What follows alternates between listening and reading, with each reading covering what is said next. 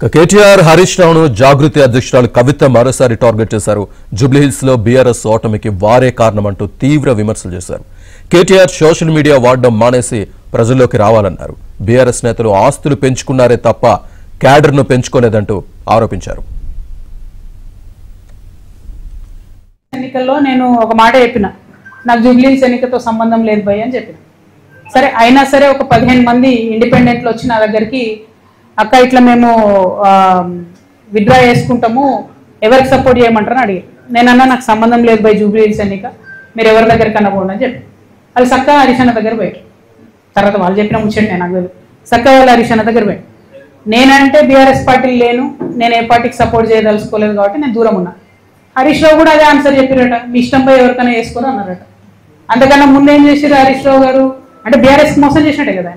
అంతకన్నా ముందేం చేసిరు హరీష్ రావు గారు, ఎలక్షన్ పెట్టక ముందే ఇవ్వకి పలానా క్యాండిడేట్ పెడితే మీకు సపోర్ట్ చేస్తా కాంగ్రెస్ కానీ చెప్పపిరట పైకి, వాళ్ళు వద్దన్నారట. అన్నాక ఈయన సైలెంట్ అయిపోయి. అంటే గమ్మత్ ఏముంటుంది హరీష్ రావు గారిది అంటే తెలియడానికి టైం పడుతుంది. ఎందుకంటే ఇవాళ వారి అన్ఫార్చునేట్ వారి తండ్రి గారు చనిపోయినారు. అయితే వారు లోపల ఉన్నారు ఇంట్లో. అక్కడి నుంచి కూడా ఎలక్షన్ అవుతున్న సమయంలో టెలికాన్ఫరెన్స్లు అవి పెట్టి మాట్లాడారు. అప్పుడు హరీష్ రావు గారి భజన పరులంతా ఏం బిల్డప్ ఇచ్చిరు, హరీష్ అన్న ఇంత కష్టంలో కూడా పార్టీ కోసం నిలబడి టెలికాన్ఫరెన్స్ పెడుతున్నారు అన్నారు. రిజల్ట్ ఉల్టాయే వరకు ఏం భజన మొదలెట్టింది నిన్నటి నుంచి.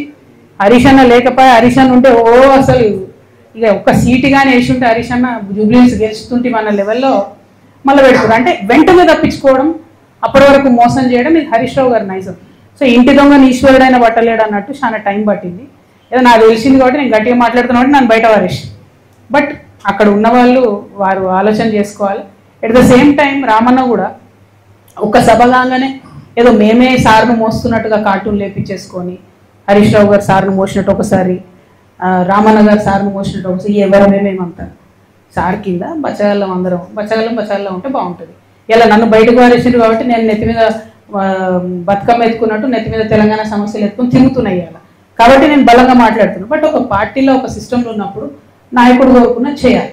మీరేం చేస్తున్నారు, సభ సక్సెస్ చేయగానే రామన్న నెత్తి మీద సార్ పెద్ద సార్ ఫోటో పెట్టి నేనే మోసినా అని ఆయన వేసుకున్నాడు కార్టూన్. తెల్లారి ఈయనేం చేసిండు, హరీష్ అన్న వి ప్రకాష్ లాంటి వాళ్ళని కొంతమందిని పెట్టుకొని అసలు హరీష్ లేకపోతే కేసీఆరే లేడు, హరీష్ లేకపోతే తెలంగాణ ఉద్యమమే లేదు. ఏంది ఇది అవసరమా? ఇప్పుడు ఇక్కడ పద్మదేవేందర్ రెడ్డి గారు ఉన్నారండి. వీరు 2009లో ఎక్కడ ఉన్నారండి? కేసీఆర్ గారి మీద నాకు గుర్తుంది, 2 చేతులతోని దుమ్మెత్తి పోసి పార్టీని ఇడిచిపెట్టి వెళ్ళిపోయింది ఆమె టికెట్ ఇవ్వకపోతే. మేడం వెళ్ళిపోయినరా, మళ్ళా జర ఉద్యమం గట్టిగా ఈ సార్ దీక్ష చేయగానే ఎట్లొచ్చింది వాపస్? ఎవరు సపోర్టు మేడంకి, ఆ దేవేందర్ రెడ్డి అన్నకి? హరీష్ రావు గారు కదా. మరి జిల్లాలో ఒకే సపోర్ట్ ఉన్నారు, తీసుకొచ్చిరు. ఇక్కడ వింటుంటే అసలు ఎంత గవర్నమెంట్ వస్తుంటే అవి నాకు కొన్ని చెప్పబుద్ధి అయితే లేదు. ఒక్కొక్క ఉద్యోగం ఇస్తే మనం 2 లక్షలు తీసుకుంటారా, 3 లక్షలు తీసుకుంటారా? అన్ని మెదకుల పనులు పెండింగ్ ఉంటాయా?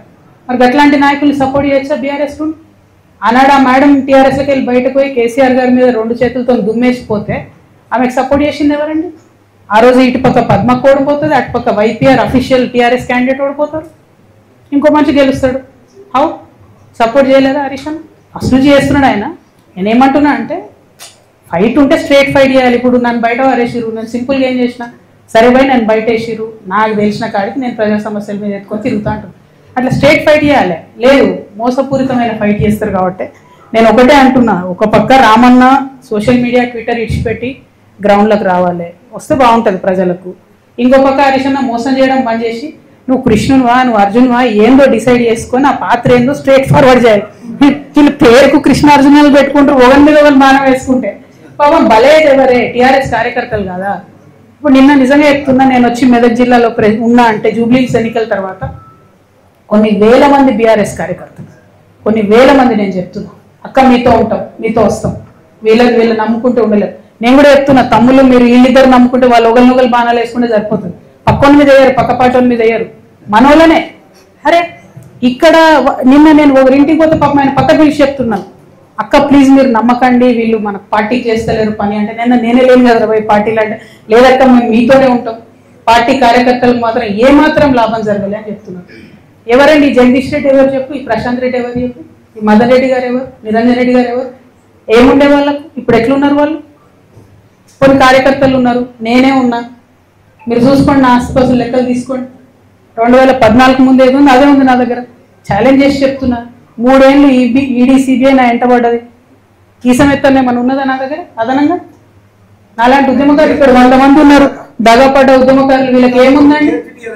నేనేమంటున్నా అంటే బ్రదర్, నేను చెప్పాను. నేనేమంటున్నా అంటే టిఆర్ఎస్ పార్టీ కార్యకర్తలను ముంచుడు, నాయకులు వెలుగుడు, ఇది కరెక్ట్ కాదు. పార్టీ అనేది ప్రజల పక్షాన ఉండాలి. ఊళ్ళల్లో ప్రతి చోట ఎక్కడ పోతున్నా కాంగ్రెస్ వ్యతిరేకత ఉన్నది, అది మీకు కూడా తెలుసు. అంత వ్యతిరేకత ఉన్నా అన్ని వేల మెజార్టీతో కాంగ్రెస్ పార్టీ ఎట్లా గెలిచింది, ఎందుకు గెలిచింది అంటే అనుకున్న స్థాయిలో ప్రతిపక్షమైనటువంటి బీఆర్ఎస్ అందుకొని పనిచేయలేకపోతుంది అన్నది క్లారిటీగా అర్థమవుతున్నది. అక్కడ వాళ్ళు సోషల్ మీడియాలో ఉద్యమాలు చేస్తున్నారు తప్పితే కిందకు వచ్చి ఎటువంటి ఉద్యమాలు చేస్తలేరు. ఇంకొకటి పేరుకు కృష్ణార్జునులు అని చెప్పుకొని ట్వీట్లు పెట్టుకొని వాళ్ళు ఒకళ్ళు జబ్బ ఒకళ్ళు జరుచుకుంటూ తప్పితే, ఒకళ్ళు వీపు ఒకళ్ళు జరుచుకుంటూ తప్పితే పెద్దగా క్షేత్రస్థాయిలో పనిచేయలేదని అర్థమైంది. ఇలా చాలా కుట్రలు కూడా జరిగినాయి అనుకోండి జూబ్లీ హిల్స్ ఎన్నికలలో. అవి సమయం సందర్భం వస్తే తప్పకుండా అవి కూడా చెప్తాం. కాకపోతే ప్రతిపక్షాలు ప్రజల ఎక్స్పెక్టేషన్ మేరకు పనిచేసినట్టయితే రిజల్ట్ మంచిగా వేరే రకంగా ఉంటుండే జూబ్లీ హిల్స్. సో ఆ ఎక్స్పెక్టేషన్కి తగ్గట్టుగా వాళ్ళు పనిచేస్తలేరు. అక్కడే తెలంగాణ జాగృతి వచ్చి ప్రజల మధ్య నిలబడి ప్రశ్నించాల్సినటువంటి అవసరాన్ని గుర్తించినాం కాబట్టి ఇంత పెద్ద కార్యక్రమం తీసుకొని ప్రతి జిల్లాకు కూడా వెళ్ళి